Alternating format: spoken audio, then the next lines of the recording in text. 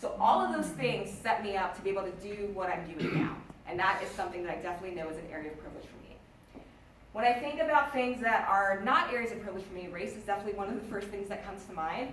And just one example of this is this frequent assumption of criminality, which is something that I face a lot. And I'll just share two quick stories. One happened about 2 years ago. I went into a beauty supply store to get some products to get my hair done. I walked into the store, and one of the ladies that worked there was standing right by the door, and she greets me, and I'm like, hey, hey.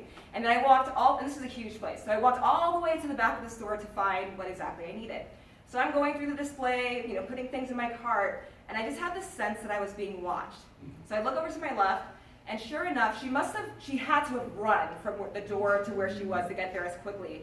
And she was literally peering through a display, watching me while I was getting things off of the counter.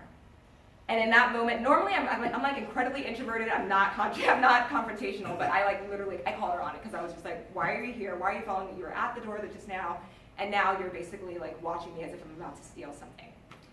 Second example happened when I moved to Pasadena to take on this job at Azusa Pacific University.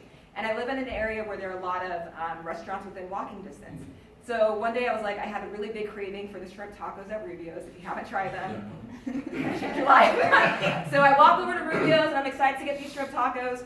And when I walk in, there's a man and a woman at the counter placing their orders. When the man saw me about to get in line behind them, he ran over to the woman that he didn't know and said, hey, you might want to grab your phone, because she had left her phone on a table nearby to hold a spot. The lady looks up, sees me, runs to the table where she left her phone, grabs it, returns to the counter, and says to the man, thank you so much. And so this is something where, for me, this is a daily lived experience to the point where I'm actually shocked if I walk into a store or walk into a place and people aren't watching me, aren't following me, aren't assuming that I'm going to steal. So that, for me, once again, is an area where I do not experience privilege.